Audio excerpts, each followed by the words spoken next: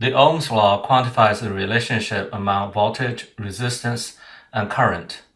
Voltage is the potential difference in charge between 2 points in a circuit, measured in volts. By using a water tank as an analogy, voltage is equivalent to the water pressure caused by the elevation difference between the water surface at the top and the outlets at the bottom. Resistance is the amount of opposition to the flow of charge, measured in ohms. The circuit with a higher resistance will allow less charge to flow. In the water tank example, resistance is equivalent to the diameter of the outlets. A narrower outlet provides a higher resistance to the water flow. A wider outlet reduces the resistance to allow water to flow at a higher rate. Current is the amount of charge flowing through the circuit over a period of time, measured in amps. Current is equivalent to the amount of water flowing through an outlet over a period of time, the flow rate. According to the Ohm's law, voltage is equal to the product of current and resistance, and current is equal to voltage divided by resistance. Energy is the ability to do work. In electricity, energy is measured in watt-hour or kilowatt-hour. Power is the rate of work being done. Specifically, power is the rate of energy per time. In electricity, power is measured in watts. Therefore, energy is equal to power times time, or power is equal to energy divided by time. Using the water tank analogy again, if the water flow through the outlet is considered as work, the larger tank contains more energy than the skinny one because it contains more water. However, the larger tank's water flow per unit of time, power, is less powerful than the skinny tank due to the larger tank's lower pressure. Power in electrical circuit is a product of the current and the voltage, measured in watts. Energy is expressed as power times time, and the unit is watt-hour. Here is an example. A resistor in a circuit has a resistance of 50 ohms. The power source supplies a voltage of 100 volts. According to the Ohm's law, the current I in the circuit is voltage divided by resistance, which is 2 amps. The power of the resistor is equal to voltage times current, which is 200 watt. During a period of 2 hours, the electricity energy consumed is power times time, which is 400 watt-hour. In a simple parallel circuit, all components are connected between the same two sets of common points, creating multiple paths for the current to flow from one end of the battery to the other. Voltage between 1 and 6, between 2 and 5, and between 3 and 4 are all equal to the battery voltage V. The current I is equal to the sum of the currents I1 and I2 flowing through the two resistors. In buildings, parallel circuits are used to power the appliances. In a simple series circuit, all components are connected end to end to form one path for the same current to flow through the circuit. The overall load resistance R equivalent is the sum of the two resistors in the circuit. The sum of the voltages between the two nodes of each resistor, VBC and VCD, is equal to the voltage of the power supply. In direct current, the electric charge current only flows in one direction, whereas the electric charge in alternating current changes direction periodically. The voltage in AC circuits also periodically reverses because the current changes direction. AC is used to deliver power to buildings. The AC in most buildings have an oscillating voltage that produces a sine wave.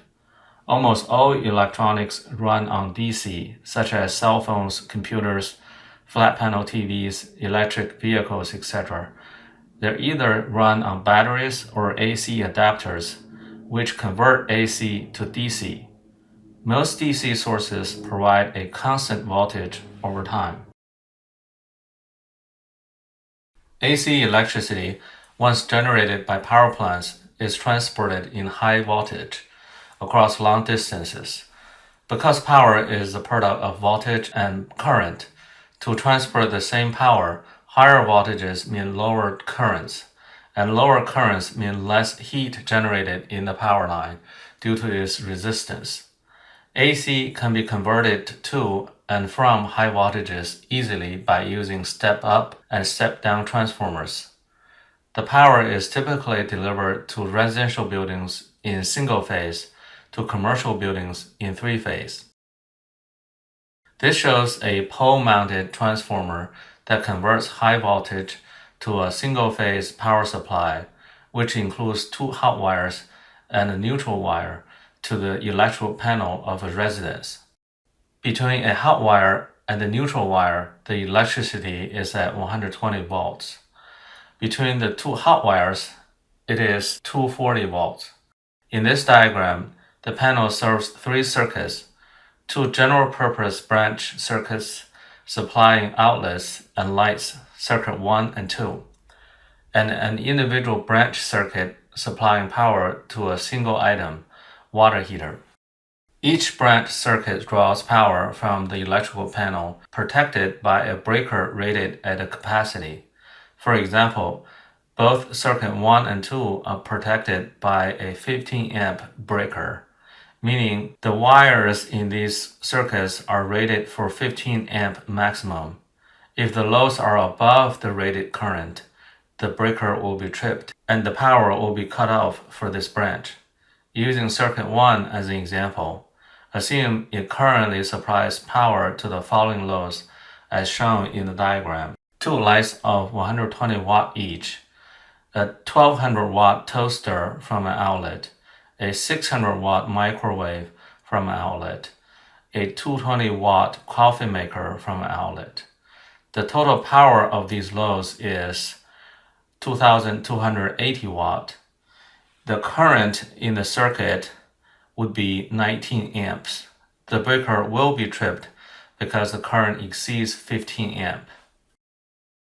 In a commercial building or industrial facility, a three-phase power supply offers more power than a single-phase one. Most U.S. commercial buildings have a three-phase, four-wire, 208/120 volt power supply. Large industrial facilities with many high-intensity discharge lamps or fluorescent lamps can use the more robust three-phase, four-wire, 480/277 volt system. Ungrounded receptacles are those two-prong outlets without the grounding hole. They are considered unsafe when there is a ground fault condition. For example, the hot wire in the appliance accidentally touches the metal case. When a person, especially standing in a wet area, touches the case, power can run through his or her body to the ground without going through the intended load. This can be fatal or cause a serious injury. Grounded receptacles are those three-prong outlets with a grounding hole. They are considered safer. In the same example, the appliance now has a ground wire, and thus most of the current will run through the ground wire back to the panel, only leaving a small current through the body, which might just give the person a small electric shock. Ground fault circuit interrupter, GFCI, is a fast-acting circuit breaker designed to shut off the electric power in the event of a ground fault within as little as 1/40th of a second. It works by comparing the amount of current going to and returning from the equipment along the circuit conductors. When there is a small discrepancy detected between the currents in the hot and neutral wires, GFCI will immediately disconnect the hot wire to shut off the power, so that there will be no power running through the person's body. GFCI is required at exterior outlets, garage, crawl space, and kitchen or bathroom within 6 feet of water source, which is the sink.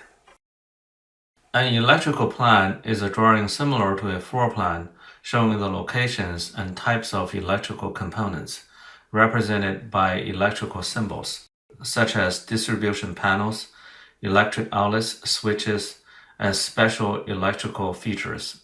Some common electrical symbols are shown here. This is an electrical plan of a house, where the electrical panel is in the garage. This is a GFCI outlet because it is located in the garage. These are GFCI outlets in the kitchen because they are within 6 feet of the sink. This is another GFCI outlet because it is on an exterior wall. These are 240-volt outlets for the dryer and the stove. These are switches and the lights that they control. Also known as Romex, a non-metallic cable is a flexible electrical cable that has an outer plastic sheathing protecting two or more insulated conductors, as well as a ground wire. It is primarily used for wood-frame residential buildings and needs to be concealed behind walls and ceilings. Both AC and MC cable are protected by a metal housing and used for commercial buildings. The difference is that MC has a full-size ground wire, while AC uses a combination of the jacket and a thin wire to function as a ground. The color of a wire's plastic sheathing indicates its type. For example, black and red represent hot wires, white represents neutral, green or bare copper represents ground.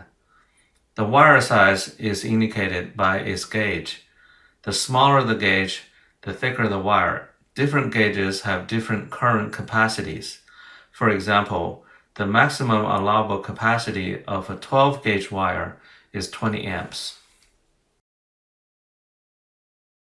A photovoltaic cell is a type of semiconductor device that converts solar radiation into electrical energy. This diagram shows the construction of a silicon PV cell composed of two different types of silicon, the P-type and the N-type. They're joined together to create a PN junction, where an electric field is formed as electrons move to the positive P side and the holes move to the negative N side. PV efficiency is the most common parameter to compare the performance of different types of solar cells. PV efficiency is defined as the ratio of the energy output from a solar cell to the input energy from the sun. For example, a PV cell of 10% efficiency converts 10% of the solar energy incident on the panel to electricity, and the rest becomes heat. A panel or module includes a number of individual PV cells interconnected together in a sealed, weatherproof package. Modules are wired in series or parallel into a PV array to achieve the desired voltage and current. Monocrystalline PV cells are made from single crystal silicon. Because it is composed of a single crystal, monocrystalline panels are more efficient than their polycrystalline counterparts. Some of the newer monocrystalline panels in the market have an efficiency as high as 20%. Monocrystalline panels have a dark, uniform look with rounded corners. Polycrystalline solar cells, which are made by using a completely different method from the monocrystalline ones, have a bluish color and squared corners. They're cheaper than monocrystalline panels, but have a lower efficiency, which is from about 11 to 14%, and a shorter lifespan. Due to their low efficiencies, they require more roof area to install. Amorphous silicon solar cells are thin film silicon products that are physically flexible, low cost, and lightweight. However, they are much less efficient than the mono and polycrystalline cells, having an efficiency as low as 6 to 8%. They can be integrated with building roof or facade elements. PV panels generate the highest energy output when they're directly facing the sun. if the tilt angle of the PV panels can be changed. As a rule of thumb, the optimum tilt angle is determined by adding 15 degrees to the site latitude during the winter and subtracting 15 degrees from the latitude during the summer. If the tilt angle of the PV panels has to be fixed, as a rule of thumb, the optimum tilt angle is determined by adding 15 degrees to the site latitude for a cold climate to maximize energy production in the winter and subtracting 15 degrees from the latitude for a hot climate to maximum energy production in the summer. In a moderate climate, the tilt angle is set to the latitude of the site. Flat roofs are ideal locations for solar panels, as flat roofs don't have the limitations of the pre-existing orientation or tilt angle. Solar arrays can be oriented and tilted according to the most optimum requirements based on climate. PV panels, especially the thin film products, can be integrated with building elements such as opaque walls, shading devices, and even glazing. Unlike crystalline photovoltaics, thin film PVs can be in different colors, and some thin films can be made transparent to the visible light spectrum so that they can be applied on windows. Standalone PV systems are designed to be independent of the electric utility grid and are generally sized to supply certain DC and/or AC electrical loads. The simplest standalone PV is a system that connects the DC output of an array directly with DC loads. Other standalone PV systems use batteries as energy storage. This diagram shows a typical standalone PV system powering DC and AC loads, in which the DC to AC inverter converts the DC power generated by PVs to AC power. Grid-connected PV cells operate in conjunction with the power utility grid. The inverter converts the DC power produced by the PV array into AC power. When the solar panels produce more electricity than the building is using, the surplus power can be sold to the power company by feeding into the grid. When the building requires more power than what the solar panels can produce, electricity is drawn from the power grid. This type of systems does not have batteries, so at night all of the electricity needs have to be supplied by the grid. The first step of sizing a PV system is to determine the building's electricity consumption. The goal is to estimate the daily energy usage in watt-hour. The process starts with making a list of the appliances and/or loads that will be supplied by the PV system and estimating how much power each item consumes when operating. This example shows the estimation of power demand of a residence in Washington, D.C. The energy use of each item is first estimated in a week because not all items are used each day. The weekly value is then divided by 7 to derive the daily consumption.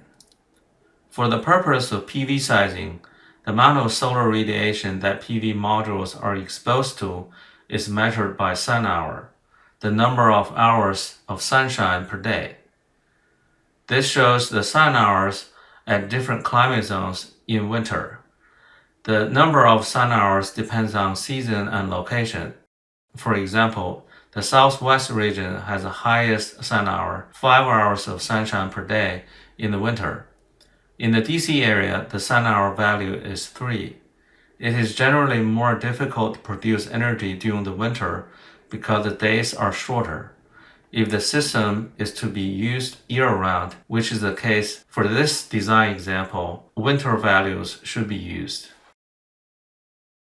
The next step is to select a PV product, which has specific dimensions and a rated power, in this case 167 watts.